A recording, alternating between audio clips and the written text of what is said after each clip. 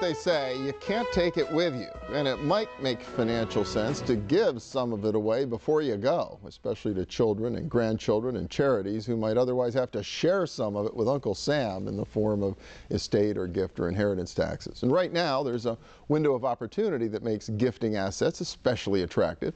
Deborah Graver is President and Chief Operating Officer of Fragasso Financial Advisors, a sponsor of our region's business. And welcome. Good to see you. Thanks, Bill. It's very nice to be here today. Yeah. So at the end of last year, enormous confusion around extending the Bush tax cuts and what would happen with the estate tax and all the rest of it. And the dust finally settled. And I think it probably left a lot of folks as confused as ever about what the rules are. Did you find that there was confusion after what happened at the end of last year? Sure. We were all expecting a change in the rules and regulations, but we didn't know what they would be. So it was at the latter part of December last year, they passed the Tax Relief Act of 2010.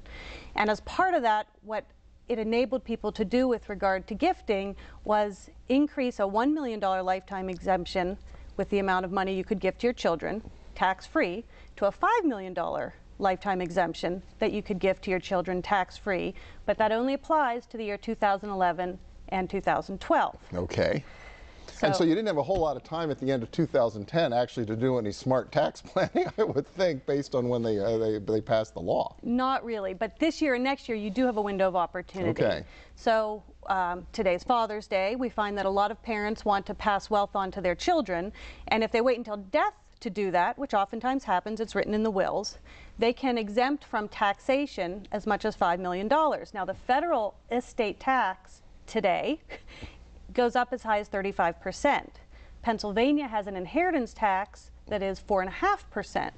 So when you add the two together, you might find that almost 40% of your assets could go away via taxation if you don't do the right estate planning. A lot of small business owners, if you own property or whatever else, you can get to the $5 million number, you know, pretty easily. Pretty easily, right? One of the other nice features of the Tax Relief Act that we didn't have in the past was the ability of a husband and wife to share their exemptions. So really a married couple has as much as $10 million. So you talk about the small business owner, now this is becoming more and more powerful way to give assets to the next generation. Last year, the lifetime gifting exemption was only $1 million. In 2013, it reverts back to the $1 million limit.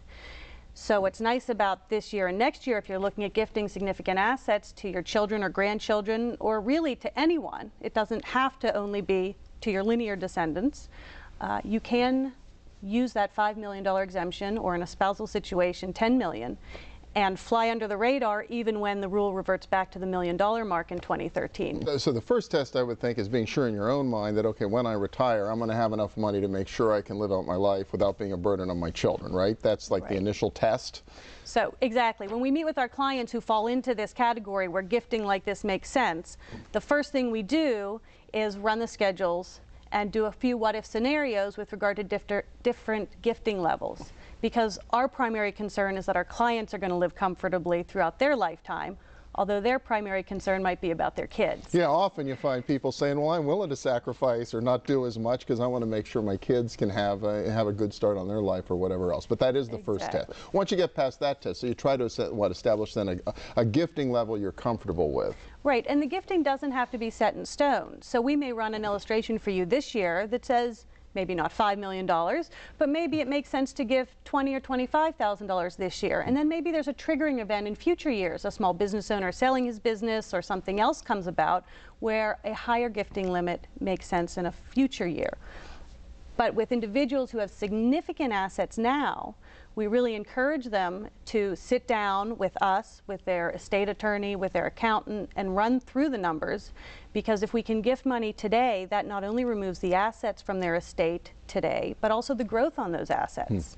So you're really leveraging the gifting by removing it from your estate and putting it in your kids' or your grandkids' names. I hadn't thought about that. You have 40% or so against at today's value, but the assets will grow down the road, and that's 40% of a much bigger number potentially if you're fortunate in the way your assets grow, right? Exactly, but the key is not to give away too much. Yeah. So that's really the triggering point is, do I have, or the question you must ask yourself is, do I have enough assets to live comfortably? Do I have excess assets that I want to give away to someone or some entity? And if so, what's the right number? So we try to help them work through that. And then we also work with their kids or grandkids and some nonprofit organizations to help them manage their funds in the future. Okay, well, really good words to the wise, and especially the fact that there's like this 18-month window of opportunity right now to think this through and take full advantage of it before the clock runs out. Before the clock runs out, we highly encourage people to sit down, do the right planning. You can really leverage the ability to make this gift this year and next year and save a lot of money in the process. All right, Debbie Graver, Fragasso Financial Advisors, thanks so much. Appreciate it. You're welcome. And we'll be back in a minute with a little dollars and cents. Stay with us.